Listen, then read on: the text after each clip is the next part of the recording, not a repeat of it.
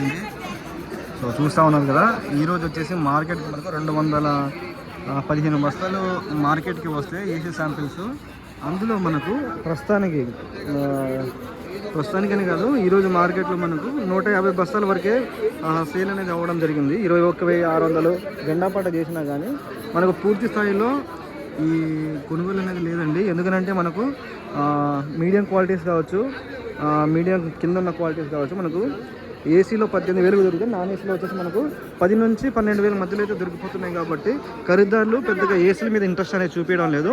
ఏమైనా మనకు ఈ నాన్ ఏసీలు మొత్తం అయిపోయిన తర్వాత రేట్లు అయితే పెరిగే ఛాన్సెస్ ఉంటాయి. ప్రస్తుతానికైతే మనకు మీడియం క్వాలిటీ ఏదైతే ఉందో, మీడియం క్వాలిటీ కానీ బిలో మీడియం కావచ్చు, ఇవేవైనా సరే రేట్ అయితే చెప్పుకోదగ్గ రేట్లు అయితే రావడం లేదండి. ఎందుకంటే మనకు ఇక్కడ ఈ 18,000 దొరికేది అక్కడ మనకు 10-11,000 దొరుకుతుంది. కాబట్టి ఖరీదారులు దాని మీద ఎక్కువ ఇంట్రెస్ట్ అనేది చూపిస్తున్నారు. డీలక్స్ క్వాలిటీలు ఉంటే, మీడియం డీలక్స్లు కానీ బెస్ట్లు కానీ ఉంటే కనుక మంచి రేట్ అయితే వస్తుందని చెప్పుకోవచ్చు అండి.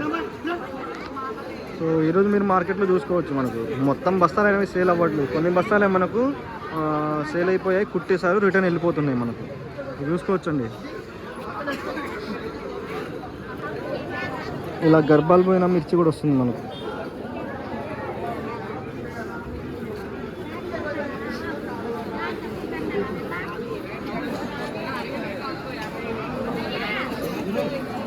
మరిన్ని వీడియోస్ కోసం మన ఛానల్ని సబ్స్క్రైబ్ చేసుకోండి. అలాగే మన వీడియోస్ని లైక్ చేయండి, తోటి మిత్రులకు రైతులకి షేర్ చేయండి ఫ్రెండ్స్.